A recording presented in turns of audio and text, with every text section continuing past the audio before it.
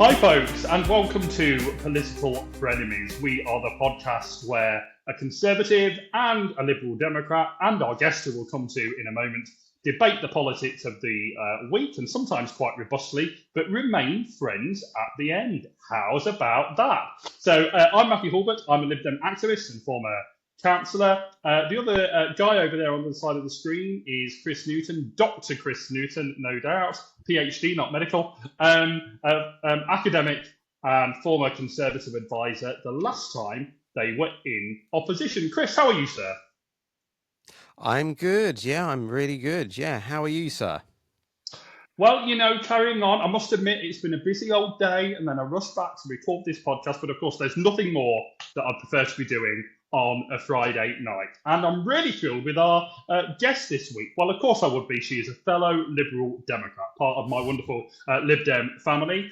Caron Lindsay, editor of Lib Dem Voice, one of my editors. In fact, she's the editor at Lib Dem Voice, but there's other people who help edit as well. But yeah, she's one of my editors. So bless her, she has to edit my writing and sometimes tells me off. We'll get to that in a moment.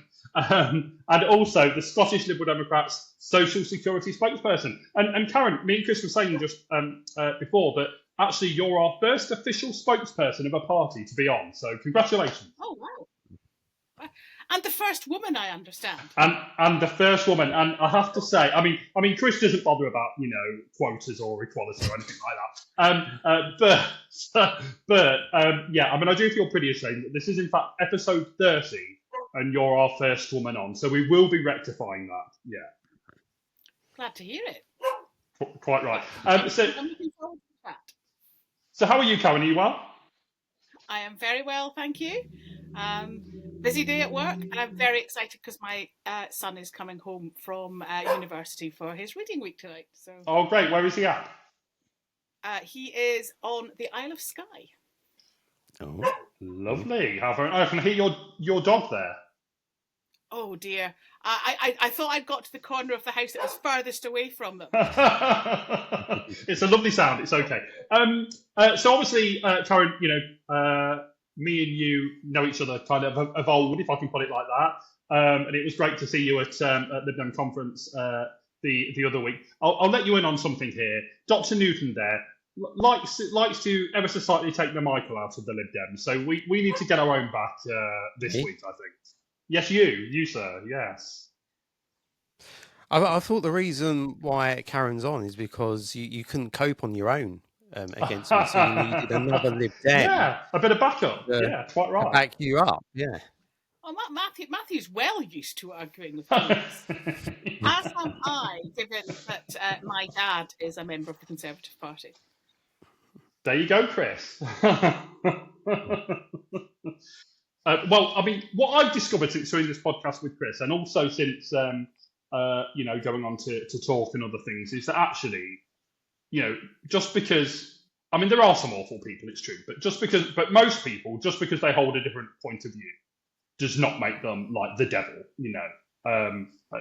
that's just the case, So what we're going to be talking about this week, Tory conference, because Chris has insisted, so we'll get that over and done with.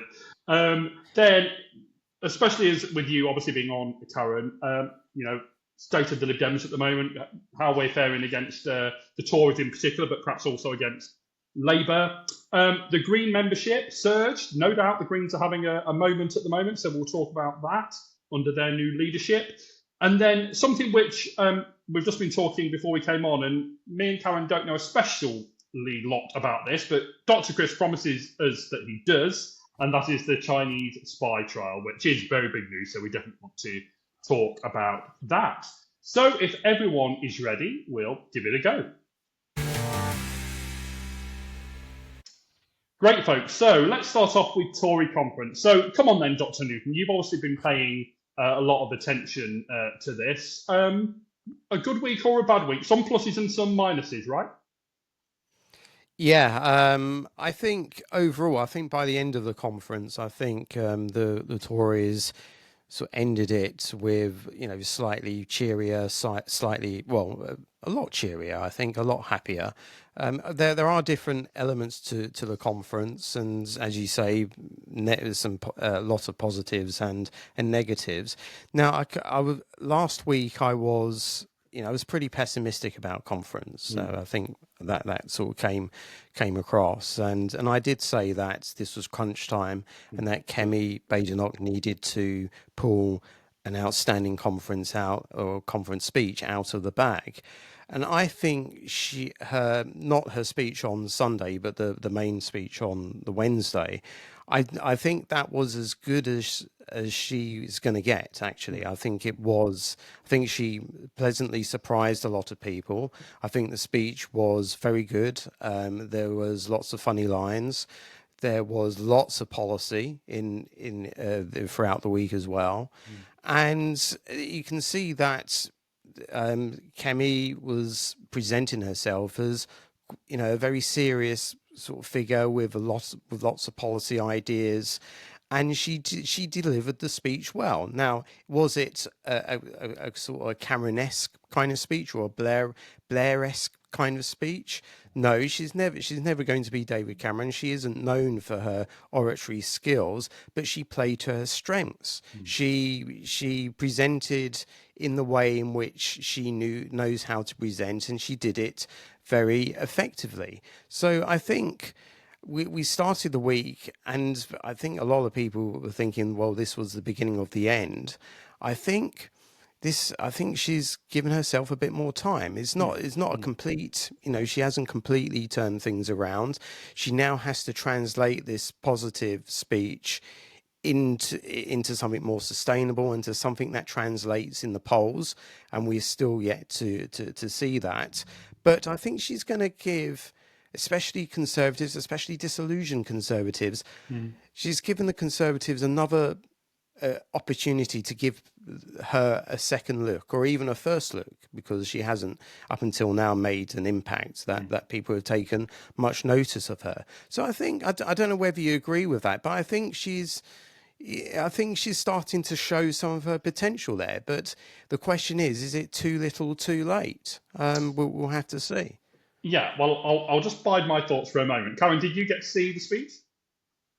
I watched it live, and I have to say I was underwhelmed, but then I am going to say that. And I think what worries me is the fact that she has not got control of, or she will allow people like Robert Jenrick to say things that are blatantly racist. I mean, allegedly, his comments about Birmingham. Yeah, we better do that. But yeah. What he was saying about Birmingham was really kind of unpleasant, and I kind of feel that she should have fired him for that, but she can't fire him because he's too much of a threat to her. And I think what it also worries me that she's presiding over a party that is becoming more like the Republicans every day. The way that Jenrick again had a go at the judiciary really looks. I mean, at one point when I was growing up, at least you would think that the Conservatives would uphold the rule of law, but now they are attacking kind of independent judiciary in a way that we started to see it during the Brexit years when we had the enemies of the people stuff on the front page of the Daily Mail. And we can see in America now what's happening, where Trump is just basically ignoring the judiciary. And that kind of worries me about the sort of party that they're becoming. And Caron, I'm interested from, you're obviously Scottish Lib Dems social security spokesperson. I mean, we heard a lot about welfare, during this past week with the Conservatives. And again, I would say this, wouldn't I? But I did sit there thinking, the nasty party is back if it ever went away. I mean, they do, I don't think anyone denies that the welfare budget is probably larger than it should be. But there seems to be little compassion there, did you think, from the Tories? Oh, absolutely none. And they are prepared to give tax breaks to the rich in terms of the stamp duty abolition is going to benefit a lot of very rich people, yet they are willing to completely. I mean, they've always done that, and they've always had a go at people who claim social security. I mean, David Cameron did it in his day. We're used to it, but we almost expect it in a way. I think over the last year, though, I think the fact that we've seen so much of it from Labour has been extremely disappointing. So Right, to just give a couple of my thoughts, Chris. So I watched the speech sure. live, and so a couple of positives. I think we should be fair. I thought it was the best thing that I'm going to disagree with the whole load of it, but just in terms of how it was delivered, I thought it was probably the best thing that I've heard from her.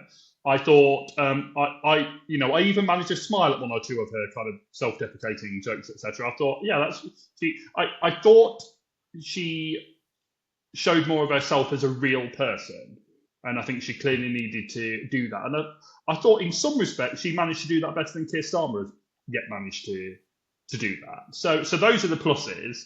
But I did sit there thinking, this is well and truly the nasty party back. Cuts to welfare.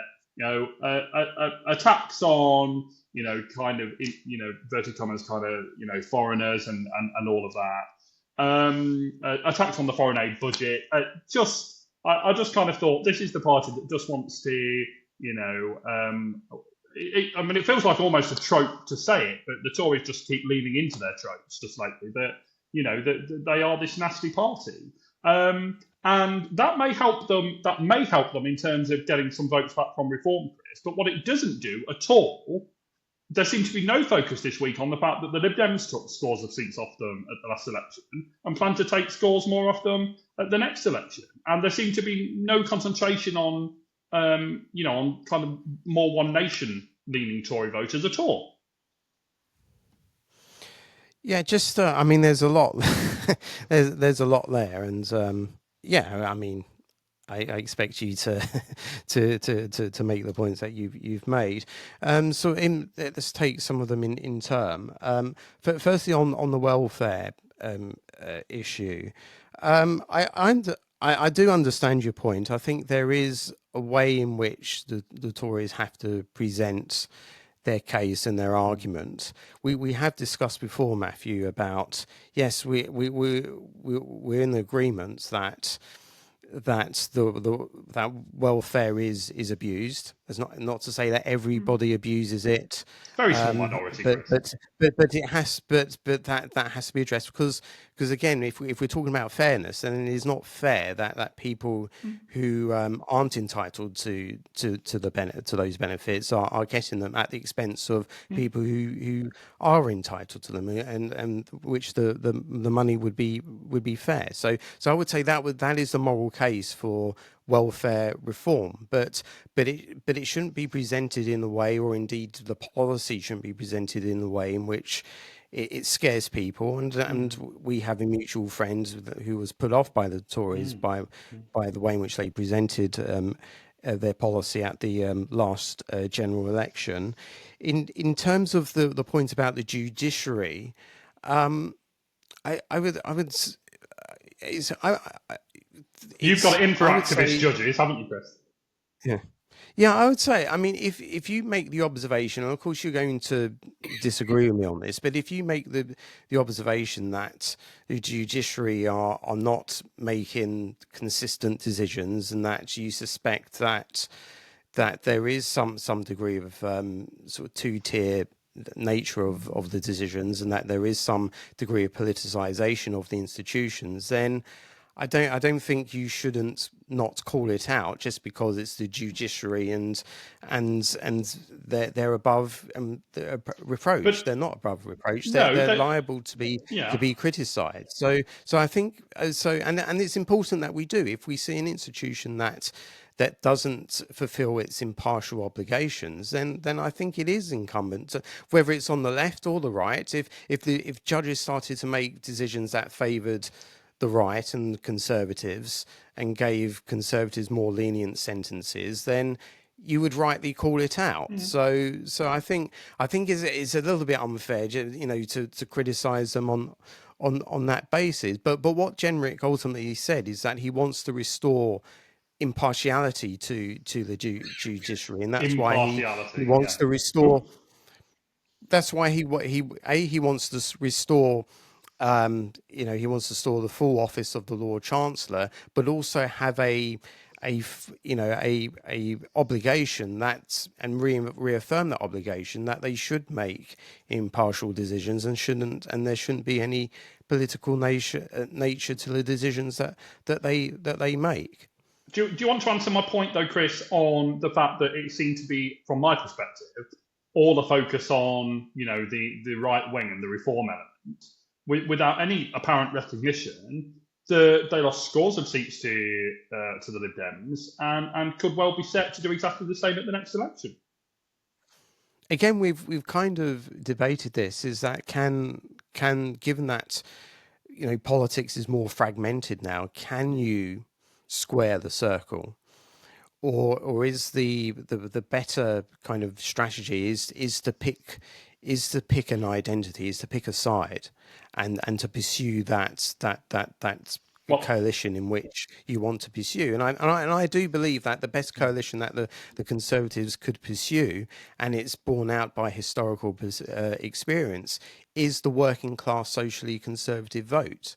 I think that was proved in the 2019 general election. So that being the case, Chris, then what you're basically saying, and I'll come to Caron on this in a second as well, is that and you have in effect said this on social media this week, or certainly before, the kind of one nation Tories should just kind of bugger off, if I can put it that way, to the Lib Dems, and I say, as long as they're people that are broadly kind of liberal in their views, I'm sure that we very much welcome them. But you seem to be saying there's no room for them left in the Tory party. Well, I mean, obviously, I don't want anybody to leave the Conservative fold, but if you have problems with, for example, controlled immigration and lower taxes and so forth, then you do have to question kind of which party your philosophy and which party you're in. We also have to say that there is. We have discussed this before, Mathew, as well, is that there is some degree of overlap between sort of socially conservative ideas and liberal Democrats as well.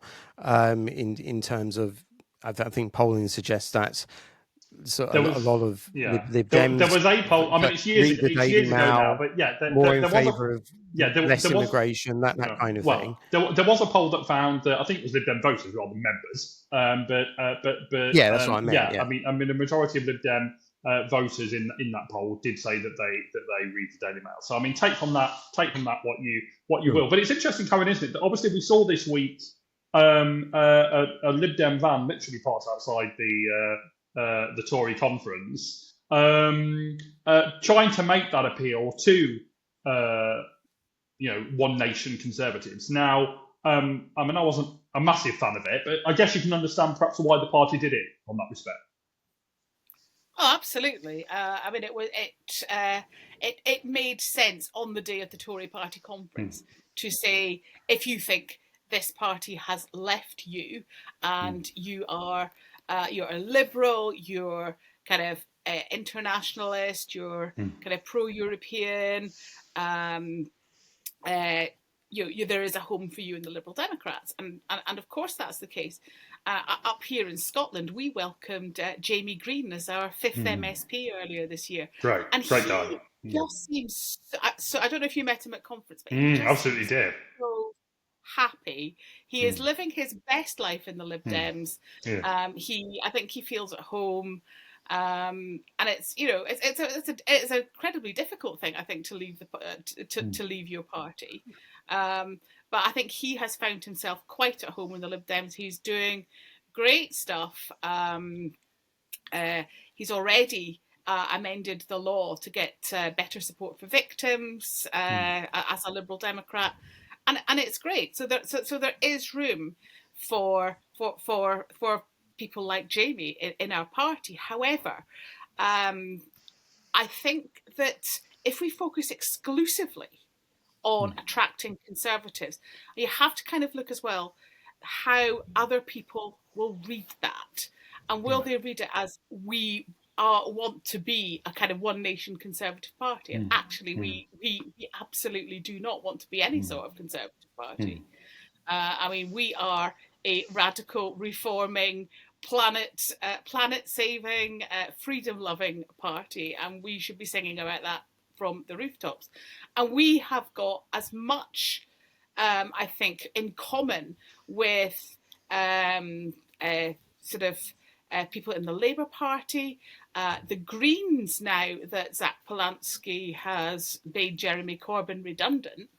I think the more mango members of the Green Party, as opposed to the watermelons, might really want to come and find a home in the Liberal Democrats, which is the party that really has the best policies on the environment and climate change. And actually got some stuff done in that during the coalition years. Absolutely right, by David, quite right. So Chris, what else at Tory conference then? I mean, I caught a little bit of the Shadow Chancellor's speech. I mean, let's talk about the fact that, the hall may have been just about full for Kemi's speech, but for a lot of the week, I mean, the pictures weren't good, were they, Chris? I mean, half-empty halls when senior people were speaking. I mean, apparently there was, kind of nobody there, really. Yeah, I mean, no, it wasn't good. I mean, it has to be stressed that Tory conference is a very strange conference in the sense that there are no kind of motions or votes. Yeah, it doesn't decide. They don't allow members to debate policy. When I used to go, I barely spent much time in the actual conference hall. I was always in the fringes. Fringe events. So because it was like there was no real debate going on in the conference hall, because it was all choreographed. It was front bench people just parroting the party line. So that has always been a feature of Tory conferences, but those scenes, especially, you'd expect the hall to be full when the Shadow Chancellor is speaking. So that is obviously a real concern, and it just played to that fear, especially earlier in the week, that this is ultimately a dying party. Now, will Badenoch? The fact, I think, like the first few days of conference, it was meh, it was okay. I mean, really kind of Badenoch's speech really sort of turned things around, I think. But the question is Badenoch's speech, or will Badenoch's speech, and will her subsequent activity, because she needs to follow all of that up, will that change things, or will that reverse things? Will that cause people who are leaning towards reform to say, let's give the Conservatives another go? And I've seen some people, one or two high-profile activists, that has been the case. But I've also seen a lot of people on my Twitter feed saying, "I'm sorry, but we've been here before, and we've been here time and time again. You said you're going to change. You said that with the next leader, you're going to be a properly conservative, authentically conservative, and then you did the complete opposite. So what's the difference now?" So Kemi has to show that this is actually, a real change. There has to be a real clause 4 moment at some point that shows that this is going to be different this time. But it's going to be a very difficult case to argue, because this has happened time and time again, and people are just switched off. What did you think about reform though this week? I was expecting them to pull a Tory MP defector out of the hat this week. And it didn't happen, and yet we got the 20 councillors, and I guess that didn't reflect particularly well on the Tories. But I thought it was a bit pathetic from Reform, really. I was expecting something quite big from them, and it didn't happen. Yeah, that's interesting. Now, the 20, as you say, the 20 councillors, that's not good. It's not good to lose that many sort of councillors. But I think if Reform really wanted to show that that they have momentum, and that the tide is really turning in terms of the baton being passed, in terms of the main Conservative Party from the Conservatives to Reform, I think they would have had an MP defection or one or two MP defections, and that hasn't happened, and that's interesting. That hasn't happened. It just shows that at this stage of things that people are still watching, still making up their minds. Caron, I mean, what do you think about the fact that so Kevin had a pretty all right or not as horrendous week as it could have been, and the same could be said of Keir Starmer at Labour conference. But isn't the truth that it will have changed very little, and that if both parties they're set to have a dire set of elections next year, I mean, they'll be toast, right? Yeah, it certainly seems that Keir Starmer is definitely on a warning from quite a few of his MPs, and it looks like both Labour and the Conservatives could suffer pretty heavy losses. And it's not just local elections, it's national elections as well in Scotland and Wales. I mean, the Tories were predicted to get something like 11 seats, with, unfortunately, 17 going to Reform. And us going way up. We are on course to perhaps triple our MSP cohort at Holyrood. And we're doing really well in terms of the things that we're saying and the work that we're doing on the ground. I mean, I don't think I've ever seen so much work going on at this stage out from an election. But it certainly looks like that first Friday in May is going to be pretty grim for both Labour and the Conservatives. And I hope that it also means that Reform will not do as well as predicted. But certainly there will be very big noises in both Labour and the Conservatives if they don't do well. Absolutely. Chris, any final thoughts on Tory conference? Anything else that you want to mention that we've missed? I think we've covered everything. The one question, because I think sort of generic, because we mentioned generic at the start, I think I should respond to that as well, and that is I think unfortunately what he said at the start of those remarks. What he said towards the end of those remarks, which is an important point about immigration, was overshadowed by what he said at the start of those remarks. And I think this question of integration, I think I would address it in the same manner in which we discussed Palestine and Gaza sort of last week, and that is, how do we discuss these very sort of sensitive issues which need discussing, because there is an issue about integration, and indeed if you go back, for example, to the Louise Casey report, she talks about the social sort of concerns stemming from a lack of integration. Now, Louise Casey, a pretty cross-party figure, I think most people would agree. Not a particularly sort of right-wing figure. So this is a concern across the political divide, and there are legitimate concerns about high levels of immigration. There are concerns also about the degree of integration. It's how do we discuss it? How do we discuss it in a way in which it doesn't become these kind of shouting matches about skin color, about race? How do we did you accept, either Mathew or Caron, that this is a debate that we need to be had, and people on my side might express kind of concerns that you might disagree with, but it's a debate that we need to have, and we just need to debate it in a way which is sensitive. Is that possible, or is that or is the debates going to be always going to be reduced to skin color and kind of other sort of attacks and so forth? Caron? I think that there is a definite move to present the arguments for the right to present the arguments in an extremely provocative and unpleasant and untrue manner. And it's like pick on a minority, whichever minority that happens to be, and have a go and say things that aren't true, or make it sound like people are a danger. We see this where trans women are presented as a danger when they are not. They just want to get on and live their lives. But whatever minority it is, and I think it's very important for liberals, for anybody who values kind of people's freedoms, to stand up and say, no, we're not having this.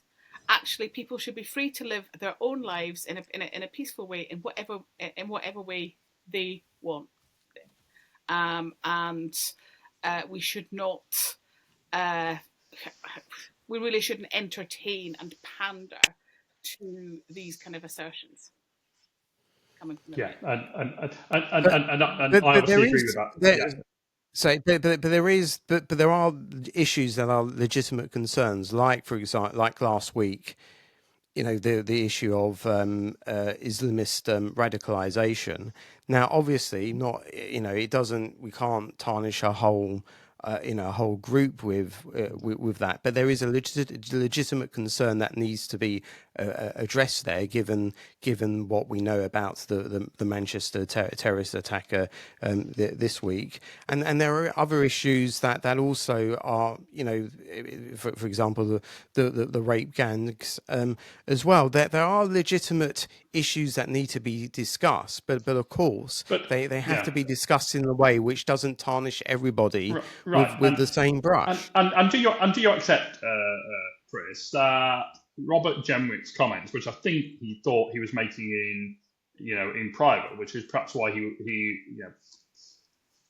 spoke in the way that he did, were pretty appalling. And I was watching Newsnight on that night when they had Andy Street on, former mayor of the West Midlands, who, he was very moderate in his language, but who said that Robert Jenrick was wrong. He was wrong about Handsworth being a slum, the most slum-like place he'd ever seen. What a thing to say about somewhere. And he was wrong in terms of the lack of integration. Now, I guess I'd put to you, who do we trust more on that? The Robert Jenrick who went there for an hour and a half, or the former mayor of the West Midlands? I think also as well, you have a problem with the money, the kind of anti-gender money, all that kind of stuff. There's so much stuff being pumped into promoting this kind of discontent and division. And if you look at radicalisation, you've got people like Andrew Tate radicalising young men in a way that is utterly misogynistic, and obvious. And you actually need to tackle that, but you don't. You don't then start kind of. You wouldn't then say all men have to have action taken against them because of a misogynist view. Right. Yeah.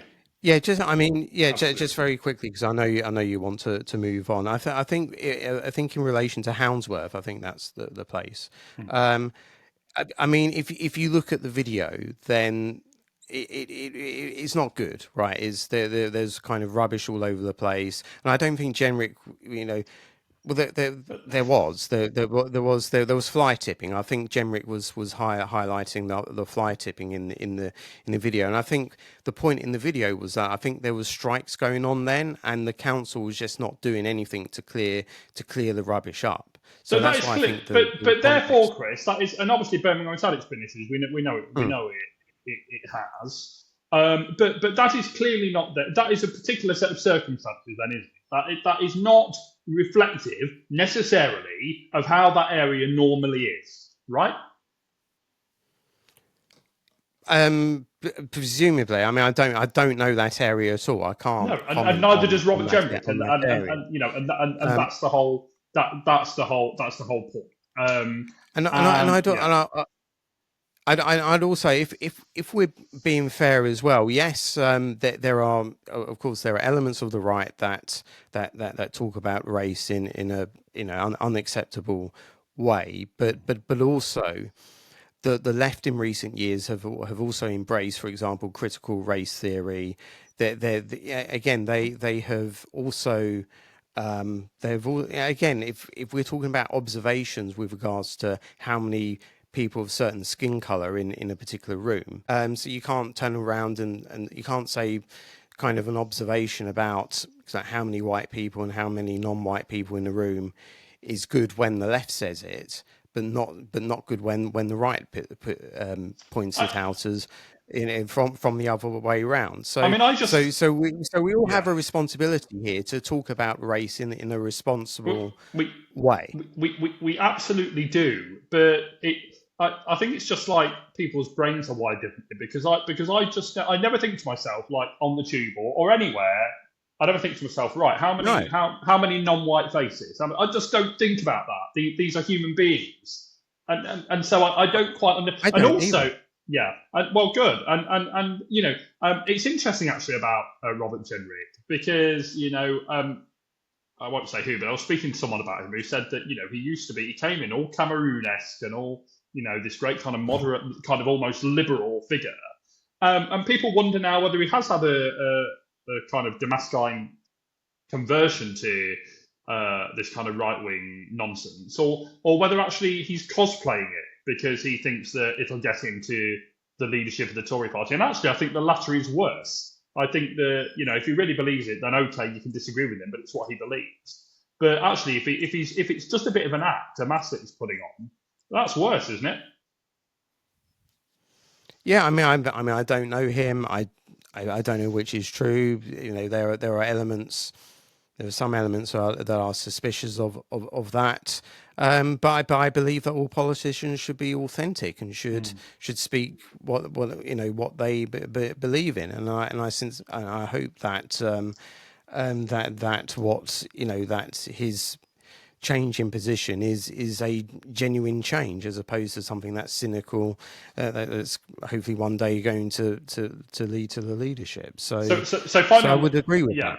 So finally on the Tories then, Chris, I mean, it still ultimately comes down to next May, right? The fact is that the Tories are still set to lose scores of seats, set to in fact more than that. But if you think of the Parliament, it's set to really not be a good night for them, right? Yeah, I mean, we'll have to see. I mean, as I've said, Kemi Badenoch has bought herself a bit of time, a bit of room for manoeuvre, but it's not that much. It's not a great amount. It's she has to capitalise on what she's done, and it's like she may have changed the shop window, but if the inside of the shop is still full of crap, then it's not going to change anything. Right. So she needs to demonstrate that there's real change and that this agenda that she's pursuing is actually for real this time, and not just something that the party leadership throws a bit of red meat for the right of the party at times in trouble, which is what they usually do, and that this is actually a genuine agenda for government, which is serious.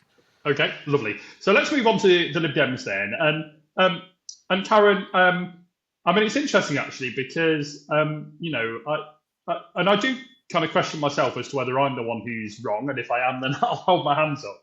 But my whole thing at the moment is that we're not being bold enough. We're not kind of setting out our principles. We're not putting our values out there. And yet there was a poll 17% this week. Tied with the Tories. I think we held or gained a number of council seats again yesterday. So I mean, am I wrong, or can two things be right? That yes, we're doing quite well, but that we could be doing better. I think we could be doing better, and I think it's really important that we have a chance to be really, really distinctive on quite a lot of things. For example, the digital ID stuff. When that first was floated, there was a move to try and get us to kind of change our position on that. That is a core civil liberties issue. And whether it has digital in front of it or not, there are real dangers in anybody setting up a massive identity database or that can you just imagine what Nigel Farage would do with that if he got his hands on it? Not to mention the difficulties you have in kind of procuring these sorts of things. And then on immigration, we're kind of holding ourselves back a wee bit. We're not going full throttle with what we actually believe, which is that actually people should be welcome in our country, that we do actually need people to come to our country to work. We should be horrified at the number of families who are being split up. I mean, the world is much smaller than it used to be. People are going to fall in love with people from all across the world. And yeah, they should be able to bring their spouse here. They should be able to bring their families here. Or to bring up their children here. Of course they should. And we should be making that positive case that immigration benefits us, and we're not doing that. We're kind of holding our fire on that. And why do you think that is, Caron? Because again, it's from my perspective that there's a bit of a "don't frighten the horses" strategy, and that was suggested to me at conference by a number of people. And again, I sometimes wonder, am I the one that's wrong in thinking that doesn't suit the times when you've got such big personalities on the left and the right. And so, I guess you should always question whether the views you're putting forward are right or not. But I don't think I'm wrong on that. I think we could be being much bolder on those things. Oh no, I absolutely agree with you on that. And I think it's important that we do make these arguments because somebody has to. Nobody else is. Labour have gone kind of reform light on so many issues. The Conservatives are basically pretending to be reform. Somebody has got to make that bold liberal case. And who else other than the bold Liberal Party? We really should do that. And it's about time that we started leading conversations, because I feel like there's a drag to the right in kind of public thinking, and there's nobody there who is actually articulating a kind of much more liberal case, and that is our job. Because if we don't do that, and we don't do it effectively, and we don't start, I mean, Ros Savage wrote on Lib Dem Voice about being tough on Farage and tough on the causes of Farage. And if we don't start doing something to show people that reform will just make you angry, and reform in the right will just make you angry, whereas we actually want to fix things.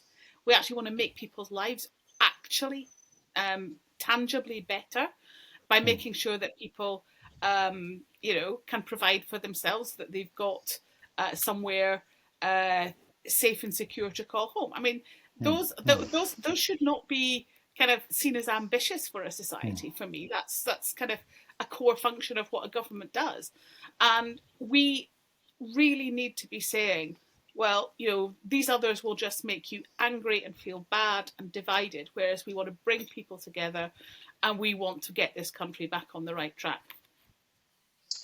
And so why do you think we're not necessarily doing that? Why do you think there is this kind of strategy of don't frighten the kind of Tory horses? Why do you think that is happening?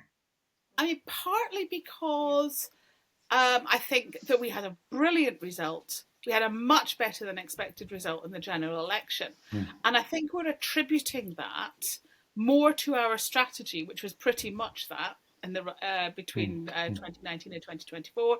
It was all about building a fantastic campaigning infrastructure, and it was about fighting. At that point, really, it was going to be about 30, 40 by-election campaigns to win 30. I mean, the idea was that we would win 30 or 40 seats, and we won 72. We were very, very, very lucky. And it was partly because of the complete implosion of the Conservative Party. And we can continue to that again, but we also need to be making gains in places where we're fighting Labour as well. We need to have something to say to the whole country, not just the south of England. And that's what worries me about our strategy at the moment. It's very kind of south of England. Ed Davey talked earlier this year about the party of Middle England. That I think Right. calls anyone who And- lives north of Watford. And he didn't mean the middle of England. Yeah, yeah. No.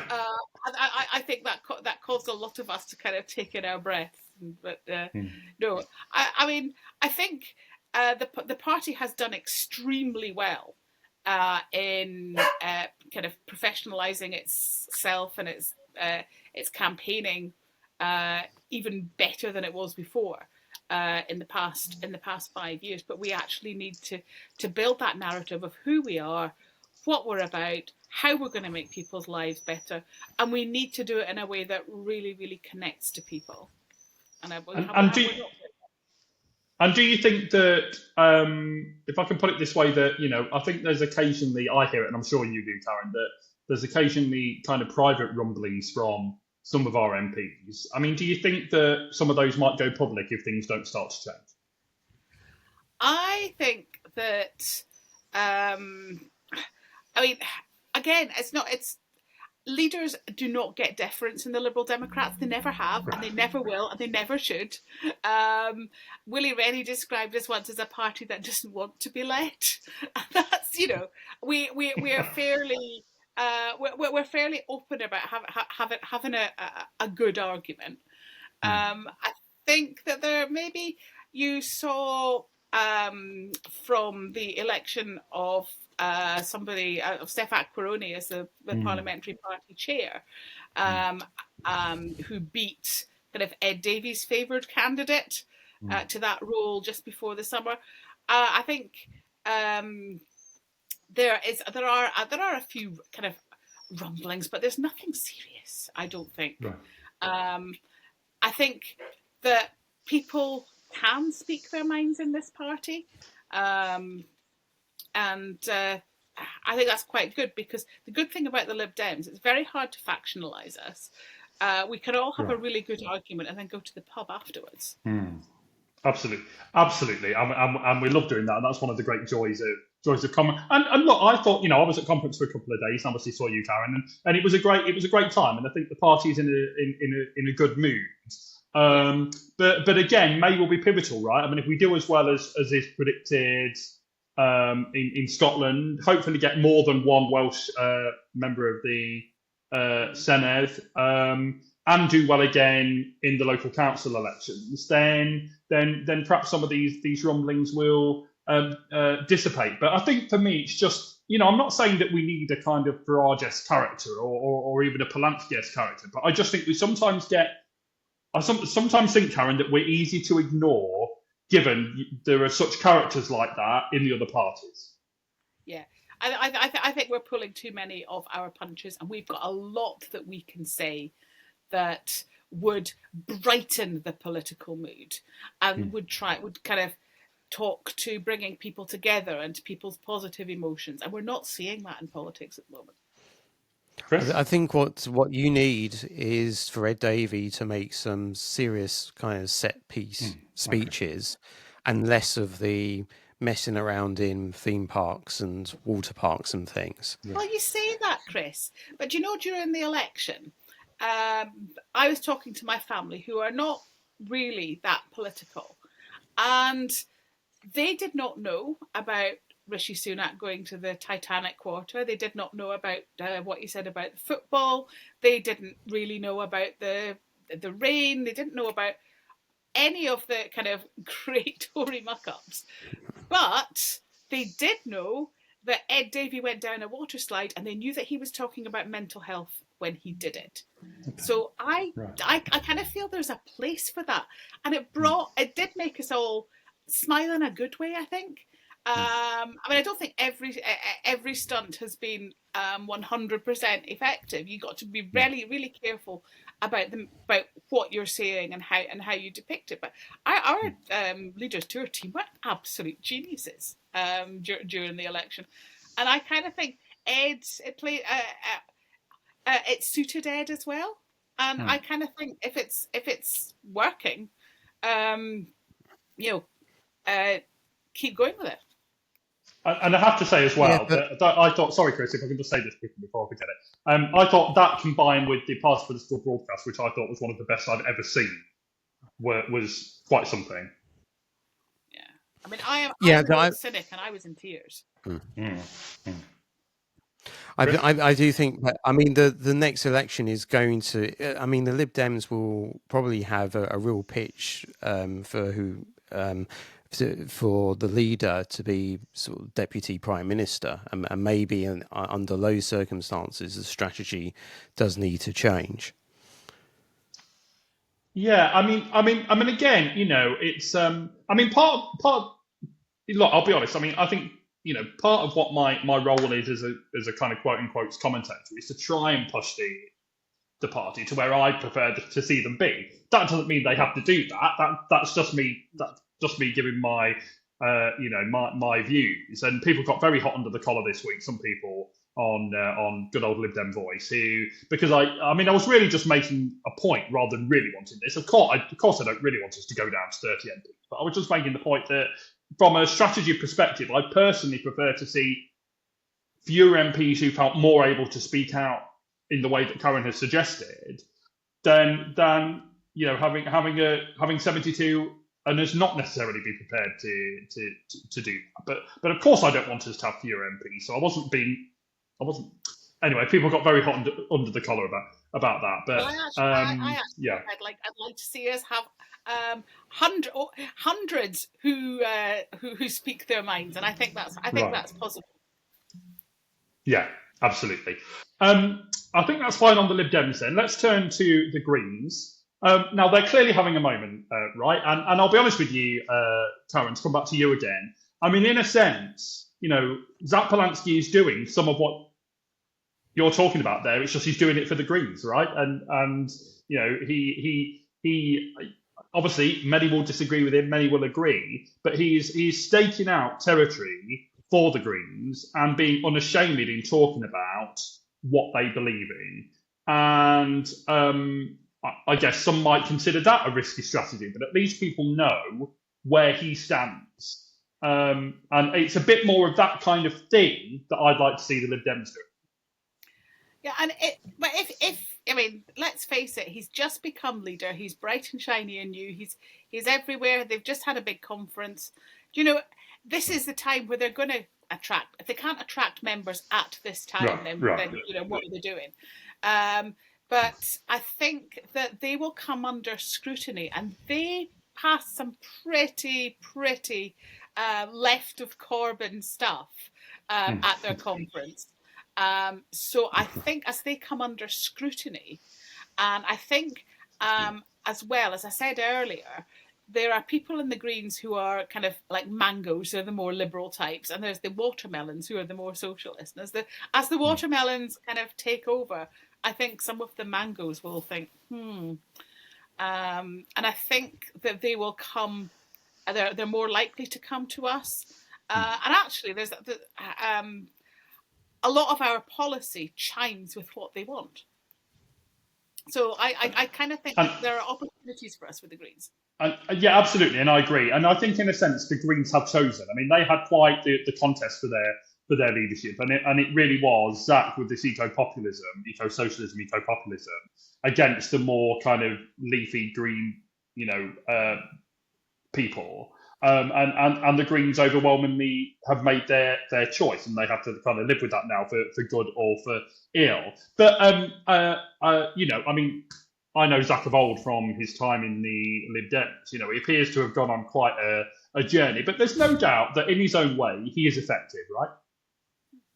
Oh, yeah, I mean, he is a good communicator. You can't doubt that.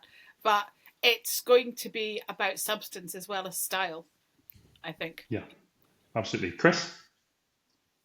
Yeah, I mean, I can understand if you are a sort of a young radical. I can understand why he would be appealing, and you know, he does have that kind of populist sort of charismatic aura about him. So I can even though I disagree with pretty much everything he says, I can see the appeal. The question is when kind of the majority of voters. Well, it depends on what his objective is. How broad does he want his vote to get, and what kinds of voters he's going to get. But I think Caron is right. As soon as his ideas, his policies are coming under scrutiny, then that's where I think the problems are. I mean, I've seen him in interviews.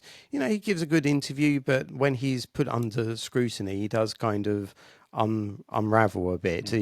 But although he does carry on, and he does, he does. He does get through the interviews in his rather kind of sort of confident fashion. But let's say, but I think, I mean, a lot of his policies are just, abolishing landlords. I mean, I thought that was a joke when that was announced. So I'm not quite sure how far he's going to get with isn't that. the truth isn't the truth that it's idealism without realism, and idealism's great. I mean, I like to think of myself as idealistic, but you have to be realistic too, right? Yeah, that's right, and I think. I think when he's beginning to be put under pressure, we've seen it in interviews, we've seen it in the Piers Morgan interview as well. I think that's when the problems will begin. Okay. And finally then, and I must admit, Chris, I don't pretend to know a lot about this. I mean, I have seen it very briefly flash up on my social media. The Chinese spy trial and what it has to do with, if anything, with Labour. So fill us in about that. Yeah, I mean, this should be a much bigger story. I'm surprised that it isn't that big. I suspect it will be a big story next week because the MPs are going to start asking sort of serious questions about it. But essentially, you have these two people. One's a parliamentary aide, and they were charged with providing sort of politically sensitive information to the Chinese. And essentially, the case collapsed before it went to trial. The trial was due to be sort of this week, and the question is why did the case collapse? Why didn't it get to trial? Now, the government says effectively sort of blames the previous Conservative governments because Labour claims that in order for a successful prosecution, then China would have had to have been designated as an enemy during the time where the information was passed to the Chinese, which was sort of between 2001 and 2003. So the Tories were in charge. So and because they argue China wasn't officially deemed as an enemy, 2001? It collapsed. Sorry? 2001? Oh, sorry, 2021 to 2020. Sorry, 2021 to 23. Okay. So yeah, sorry, mine's all over the place. Don't worry. But others said that this is a red herring. This isn't really a requirement. There's questions about the extent to which the government put pressure on the CPS to actually drop the case. And Jonathan Powell's name, the National Security Advisor, has been floated. Again, these are allegations at this point. And basically, the CPS are saying that the reason why the case collapsed was that the government didn't provide sort of evidence as to how China is a threat to national security. This whole business about this official designation is nonsense. That didn't really need to be the case for a successful prosecution. All you needed to do is to prove to a jury that China was a threat at that particular time. And ultimately, various figures, various experts, lawyers, Lord Sedwill, the former National Security Advisor, former Cabinet Secretaries, have basically said, well, what's the government talking about with regards to this as this kind of requirement about official designations and so forth. So it's all very strange. It's all very weird, and of Yeah. course the So Conservatives and the opposition are saying, well, this ultimately shows that there's some issue here between Labour and China, and Labour isn't really looking out for national security. It's for some reason. Along with other policies and measures such as the Chagos deal, the super embassy, it just shows a kind of a very, Labour's very, for some reason, very willing to placate China at the expense of British national security. But don't you think, Chris, that is? I mean, I was listening very intently to what you were saying there, but that all sounds really quite complicated. And I'm not sure a story like that is necessarily going to break through to the mainstream. Do you think? I think if the MPs start to ask questions, and there's issues with the story as well. I mean, Dan Jarvis said in Parliament that it was an independent decision by the CPS, and sort of the Telegraph and other media outlets have ultimately illustrated that the government, did consider, was involved in the decision making process, in the sense that the CPS asked for evidence, and the government kept coming back saying, well, not yet, kind of thing. So there are questions about what MPs have told Parliament, whether that was misleading or not. And again, there are unanswered questions that the government needs to answer, and this isn't ultimately a national security issue. It's a matter about passing political sensitive information to a major threat to British security. So this is as serious as it gets. I mean, there are issues. Obviously, there were issues with the Reform Welsh member a few weeks ago.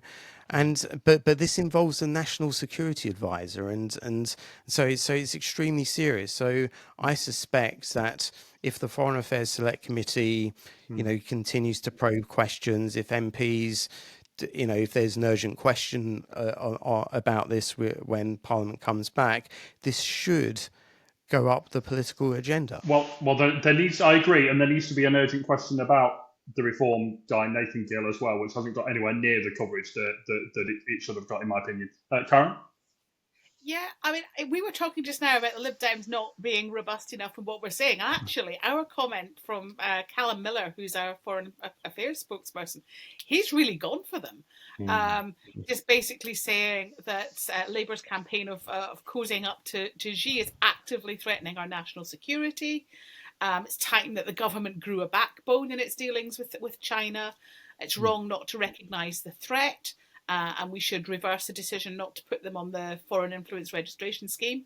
And also, he's called for the Intelligence and Security Committee to launch a really urgent review into this. So we've been quite robust on this.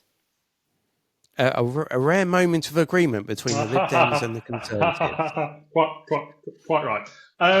Lovely. Well, so we may well be discussing that again next week, Chris, because it sounds as if it could be a big story next week. Caron, what a joy to have you on. I hope you've enjoyed it.